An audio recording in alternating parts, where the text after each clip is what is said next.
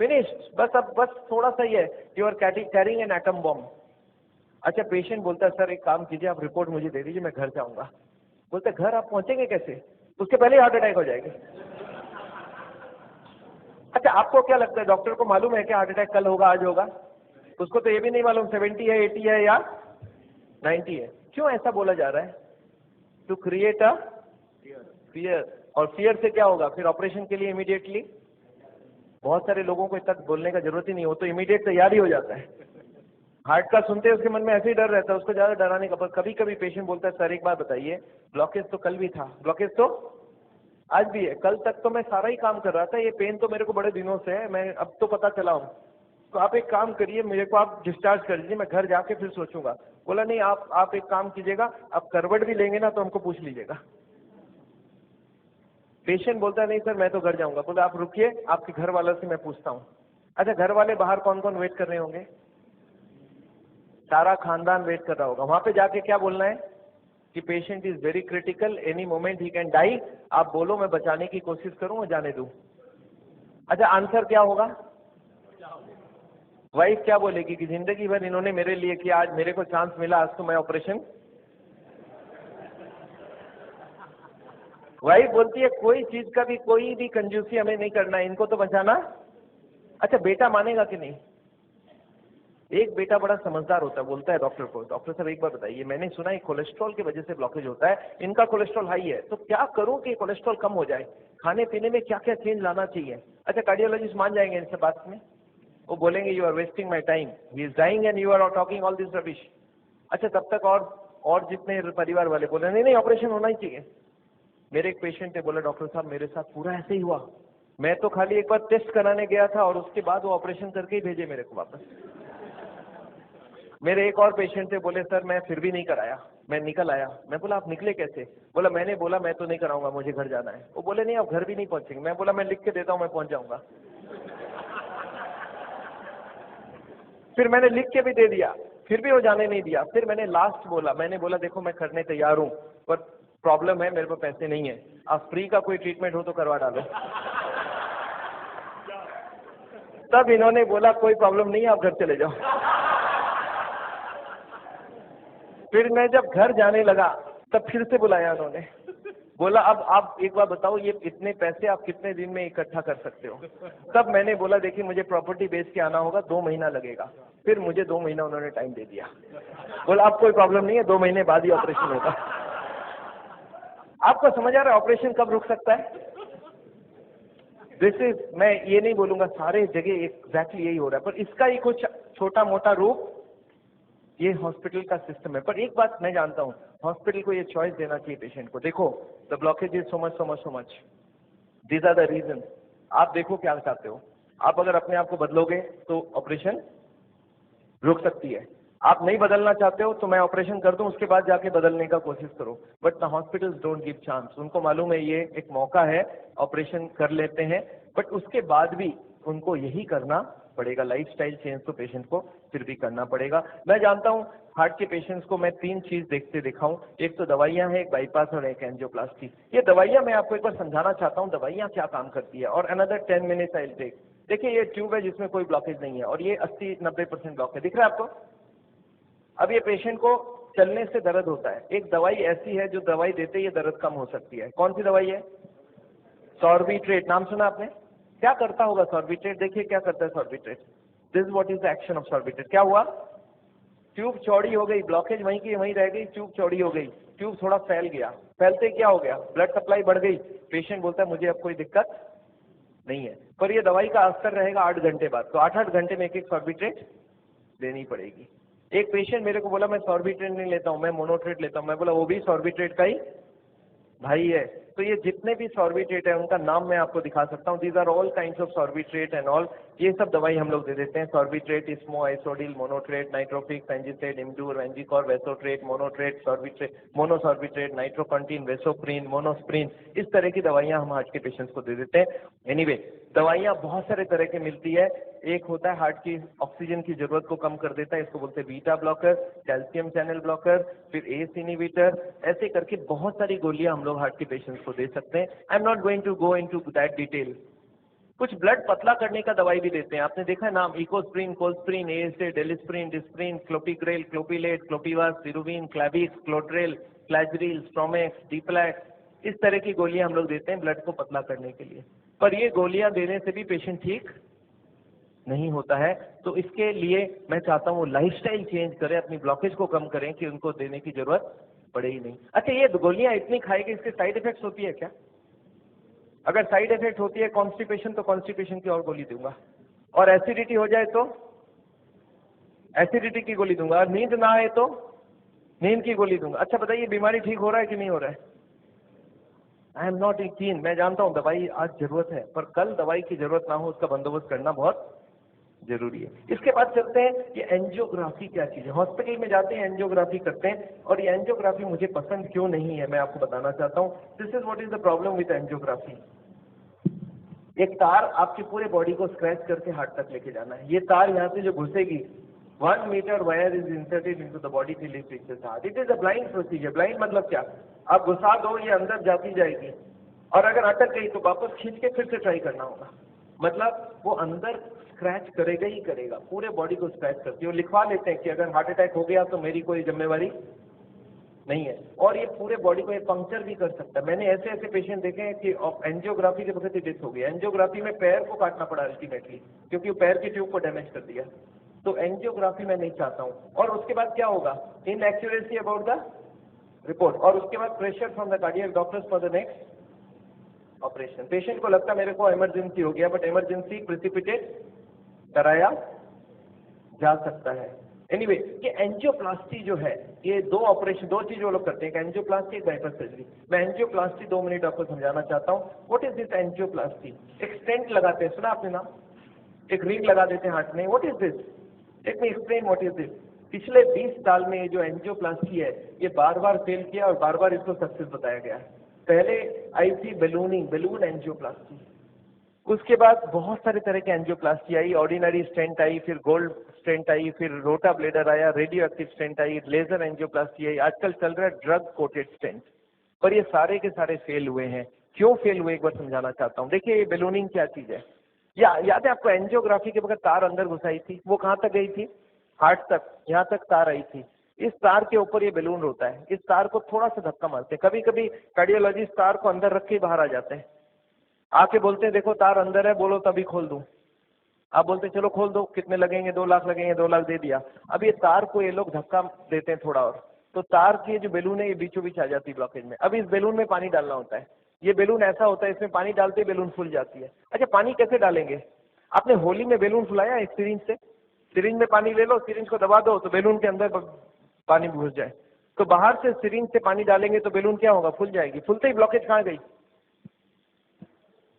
Side में दब जाएगा, ऊपर कंप्रेस्ड हो जाएगी, नीचे कंप्रेस्ड हो जाएगी। अच्छा, ये बैलून को जब पानी निकाल लेंगे तो क्या होगा?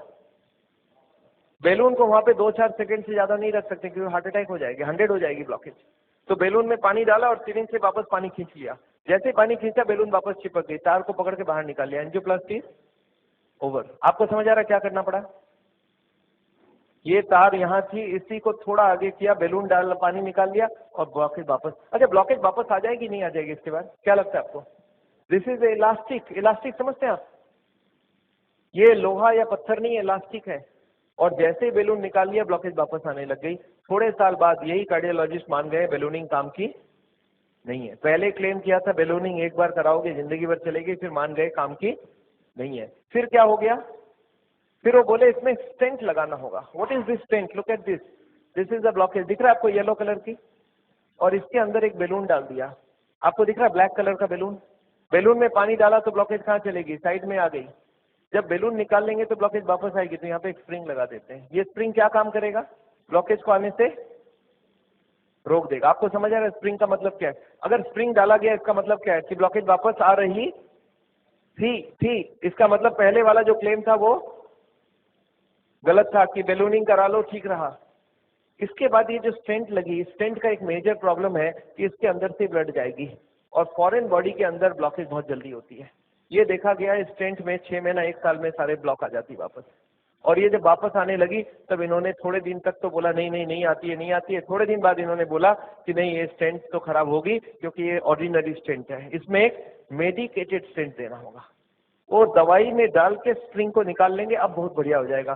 तो ड्रग की कोटिंग चल जाए। आपने देखा है चांदी के गहने में सोने की कोटिंग चढ़ाते हैं, तो वो स्प्रिंग के ऊपर कोटिंग चढ़ा देते हैं और वो कोटिंग चढ़ा के लगा दिया, पर इसके बाद भी ये फॉरेन बॉडी ही रही, इसमें वही का वही रिजल्ट आया है। अभी लेटेस्ट है कि 66% people with in 1 year will come back with a reblockage. इसके बाद है बाईपास सर्जरी, एक बहुत बड़ी सर्जरी होती है। देखिए बाईपास सर्जरी मैं इसलिए नहीं चाहता हूँ, एक बहुत बड़ा सर्जरी है। एक पूरे चेस्ट को काटो और इसको काट के, इसको चाकू से नहीं कटेगा, इसमें आड़ी से कटेगी। आड़ी समझते हैं आप? आपने मार्बल फिटिंग के वक्त एक देखा गोल चक्का लेके घूमते हैं, ऐसा एक लगा के ये पूरा खुलेगी। इसको इसको अंदर से ऐसे जैक करके ऐसे खोलेगा, अंदर में हार्ट को रोक के उसमें ऑपरेशन होगी। और हार्ट को रोकेंगे तो एक मशीन से पूरे बॉडी को ब्लड जाएगा, इसको बोलते हैं हार्ट लंग मशीन। उसमें कुछ ब्लड डाल के उससे चलाना होगा and during this time the operation has to take place. But this operation is very complicated. Luck अच्छा हो तब ठीक है, नहीं तो कुछ ना कुछ कॉम्प्लिकेशन रहती है, बहुत सारे लोगों की जान भी जाती है। पर ऑपरेशन के बाद क्या होगा ये देखिए, ऑपरेशन के बाद क्या होगा। ये ट्यूब जो ब्लॉकेज है वो यहीं रह गई, उसके जगह नई ट्यूब लग गई। तो ये ब्लॉकेज की जगह नई ट्यूब लग गई तो क्या हो गया, बाईपास हो गया। पर ये नई ट्यूब में फिर कभी ब्लॉकेज आएगा कि नहीं, आपको क्या लगता है? ये नई ट्यूब में फिर से ब्लॉकेज आती है। अच्छा अब तो 40 साल बाद ही आएगी ना, पिछले बार कितने साल लगी थी आपको याद है? देखिए एक वाई का जवाब सोच के देखिए, ओरिजिनल ट्यूब में कितने साल में ब्लॉकेज हुई थी? 20 से 40 साल। तो कितनी स्पीड रही? 2 से 4%, 6% पर ईयर। और एंजियोप्लास्टी के बाद अगर 2 साल में वापस रीब्लॉकेज होती है तो कितने साल हो गई? 40% पर ईयर। और बाईपास के बाद अगर 5 साल में रीब्लॉकेज आती है तो 20% पर ईयर। जो ट्यूब ओरिजिनली 2% की ब्लॉकेज कर रही थी वो अब ऑपरेशन के बाद उसकी स्पीड क्यों बढ़ गया? क्योंकि अब वो ओरिजिनल नहीं रहा। हमारी बॉडी को जब तक ओरिजिनल रखो तब तक अच्छी बात है। हमारे प्राइम मिनिस्टर ने भी 2 बाईपास कराई है, एंजियोप्लास्टी 5 स्टेंट लगाई है। पर मैं जानता हूं उसके बाद भी तो फिर से कराना पड़ा। एक बार कर लिया, दूसरी बार कराया, कब तक करा सकता आदमी? और मैं जानता हूं बॉडी में एक बार कॉम्प्लिकेशन कराना, उनके लिए तो चलो बहुत बड़ा टीम लगेगा। हर आदमी के लिए इतनी बड़ी टीम नहीं भी लग सकती है और इतना बड़ा ऑपरेशन नहीं भी कर सकते ठीक से। पर मैं जानता हूं अगर ऑपरेशन बिना ही हमारी काम बन जाए, अगर हम लाइफस्टाइल को ही चेंज करके कर सकते हैं तो हम ऑपरेशन क्यों करवाएं। And this is what is the contention. Nevertheless मैं हार्ट के पेशेंट को एक ही चीज समझाता हूं कि ब्लॉकेज अगर रिवर्स करना है तो उसके लिए थोड़ा आपको एक्यूरेसी करना होगा। What is this accuracy? You understand, this is the accuracy. इस पिक्चर को आपने देखा है, इसमें एक्यूरेसी लिखा है। कितना एक्यूरेसी है इसका मतलब? मैं आपको समझाता हूँ। ये एक ड्रम है, ये ड्रम में मैं पानी भरना चाहता हूँ और इसमें 15 छेद है। आप बताइए कितनी छेद बंद करने से ड्रम भरेगी? याद है 15 कारण है। अब इसमें से कितने को कंट्रोल करूं कि ड्रम भर जाए? सारे को करना होगा।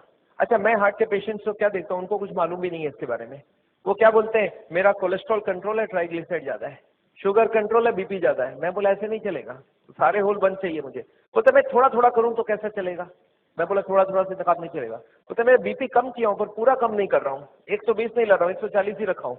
मैं बोला नहीं चलेगा, मुझे सारे फैक्टर्स एक साथ कंट्रोल चाहिए। हाँ इसके लिए शुगर, बीपी, कोलेस्ट्रॉल, ट्राइग्लिसराइड आपसे कम नहीं हो रहा, मैं दवाई देके कम कर देता हूँ। पर स्मोकिंग आपको पूरा ही बंद करना होगा, खाने में तेल आपको बंद करना होगा, एक्सरसाइज आपको करना पड़ेगा, ओवरवेट कम करना होगा, खाना पीने में फाइबर ज्यादा डालना होगा। अच्छा ये सब संभव है क्या लोगों के लिए? ये क्या प्रॉब्लम है? ये तो सिंपल सी बात है, इसको क्यों नहीं कर सकते? क्यों नहीं सिगरेट बंद कर सकते? क्यों नहीं मीट बंद कर सकते? क्यों नहीं तेल घी छोड़ के आप अलग तरीके से खाना बना सकते हैं? तो all these if you do there is no problem. Nevertheless मैं जानता हूं, एक और छोटा सा चीज आपको बताना चाहता हूं। अभी एक और नई जो टेक्नोलॉजी आ गई है, आदमी को मैं सोचता था बिना काटे कुछ हो सके। ये हमारी कुकिंग की क्लास है, this is a cooking class. मैं हार्ट के पेशेंट्स को ट्रेनिंग देता हूँ। This is my dietitian teaching cooking, zero oil cooking to the patients wives.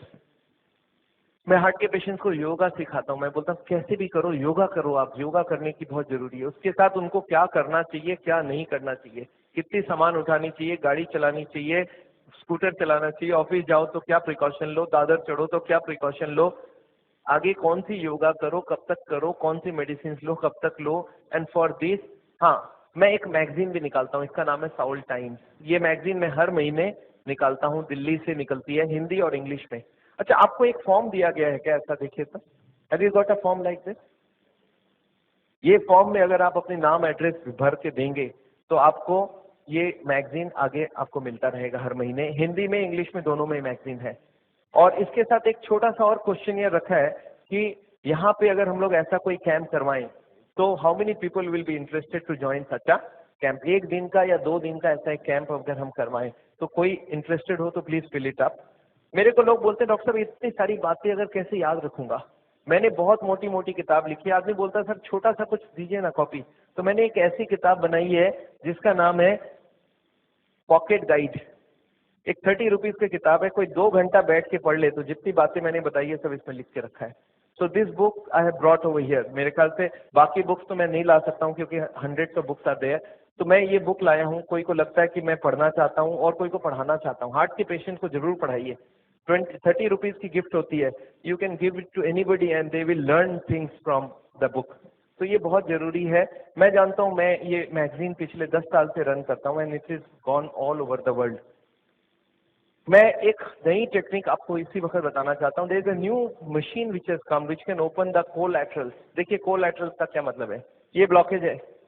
Bypass surgery में क्या करते हैं, एक नई ट्यूब लगा देते हैं। इसमें क्या करते हैं, जो हार्ट की ये ब्रांच है और ये ब्रांच है, इनको जोड़ देते हैं आपस में and there are so many small tubes, जो इसको जुड़ जाए तो ब्लड यहाँ से आने लगे। ये जो छोटे छोटे ट्यूब है, ये मैंने बोला था स्पोर्ट्समैन चालू करके रखते हैं, और स्पोर्ट्समैन चालू कर दिया तो क्या हो गया, उसके पास 2 सप्लाई हो गई, एक तो ये ओरिजिनल है और एक साइड वाली भी है। इसको बोलते हैं कोलैटरल। बैंक में आपने लोन लेते हुए देखा है कभी? कोलैटरल्स बोलते हैं। कोलैटरल मतलब क्या, कि ये फेल हो जाए तो दूसरा कोई होना चाहिए। तो ये कोलैटरल्स भगवान ने हमें दे के रखा है। ओरिजिनल तो था ही था, एक कोलैटरल भी देके रखा, कभी ये फेल हो जाए तो ये चालू करना। अच्छा, ये अगर चालू हो जाए बिना ऑपरेशन के तो इससे अच्छा कुछ नहीं हो सकता। And this is a new machine, new technology which has कम। देखिए हमारे मेडिकल साइंस की टेक्नोलॉजी बिना कांटे वाली टेक्नोलॉजी है। ये देखिए ये ट्यूब्स हैं जिसमें कोई कोलैटरल्स चालू नहीं है, और ये है ट्यूब्स के सारे कोलैटरल्स चालू हो गए। आपको समझ आ रहा है डिफरेंस दोनों के अंदर?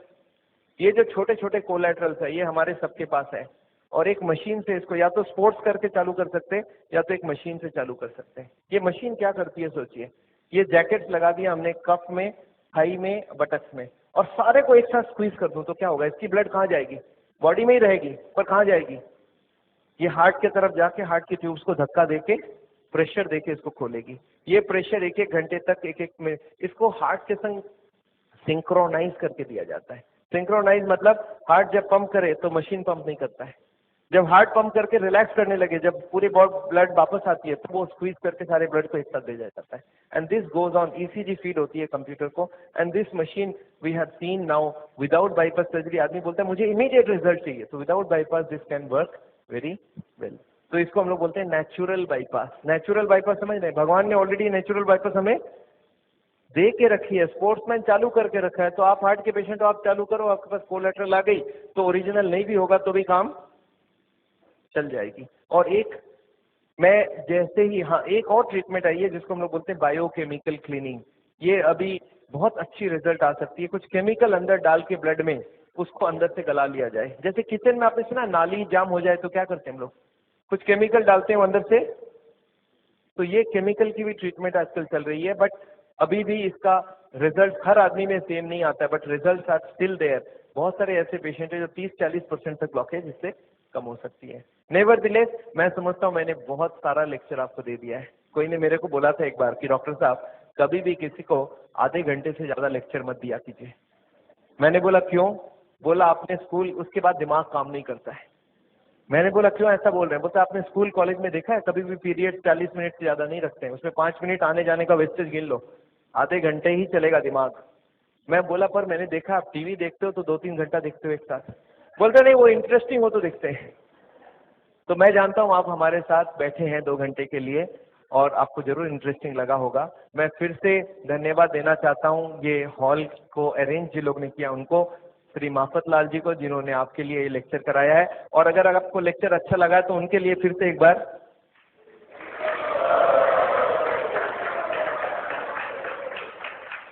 I just wanted to formally thank Dr. Chajjar for a wonderful, not only wonderful talk, but highly personal and very interactive. and particularly the stamina and energy that he's shown at the end of the day. Just came back from Hyderabad today.